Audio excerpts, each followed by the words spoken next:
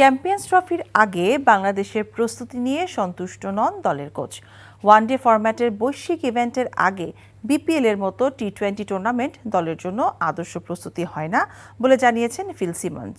তবে কোচের সঙ্গে একমত নন বোর্ড পরিচালক ইফতেখার রহমান মিঠু। মমিনুর রিপনের রিপোর্ট। চ্যাম্পিয়ন্স ট্রফির আগে আন্তর্জাতিক কোনো ম্যাচ খেলা হচ্ছে না বাংলাদেশের। বিপিএল-এর পর দিন দশকের মতো অনুশীলন করেই ৮ দলের এই প্রতিযোগিতায় নামবে নাজমুল হোসেন শান্তর দল। তবে এমন এক বৈশ্বিক ইভেন্টের আগে টি-20 টুর্নামেন্ট দিয়ে ক্রিকেটারদের প্রস্তুতি নেওয়াটা সম্ভব নয় বলে মন্তব্য করেছেন বাংলাদেশের কোচ। আমরা হয়তো সেরা প্রস্তুতি নিতে পারছি না, তবে ক্রিকেটাররা খেলার মধ্যেই ছিল, তাও সাদা বলের। তাই স্কিল নিয়ে চিন্তার কিছুই নেই। ৬-৭ দিনে মানসিকভাবে প্রস্তুত হতে হবে। তাদের স্কিল আছে, ভালো খেলেছে। এখন শুধু ওয়ানডে ফরম্যাটের মানসিকতায় প্রবেশ করলেই হবে।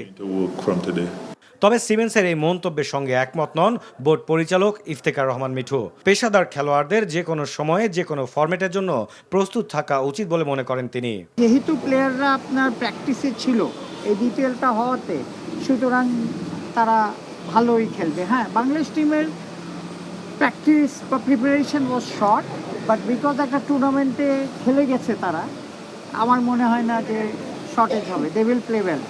২০১৭ সালে প্রথমবার চ্যাম্পিয়ন্স ট্রফি শেষ চারে খেলেছিল বাংলাদেশ। শান্তর দল কি এবার পারবে অর্জনটাকে আরও এক ধাপ এগিয়ে নিতে? সামর্থ্যের সেরাটা দিতে পারলে যে সবই সম্ভব, বিশ্বাস সিমন্সের।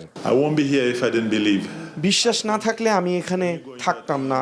আপনি যে কোনো টুর্নামেন্টেই যান না কেন, নিজের সেরাটা খেলতেই চাইবেন। আমিও সেটাই চাই। এই দলটির ভালো সম্ভাবনা আছে যদি সামর্থ্যের সেরাটা দিতে পারে। অধিনায়কের অফ ফর্ম কিংবা নাহিদ রানার গতি কমায় দুশ্চিন্তা নেই কোচের। তবে জানিয়েছেন লিটন দাসকে মিস করবেন তিনি। Mominur Ripon, NTV news, Dhaka.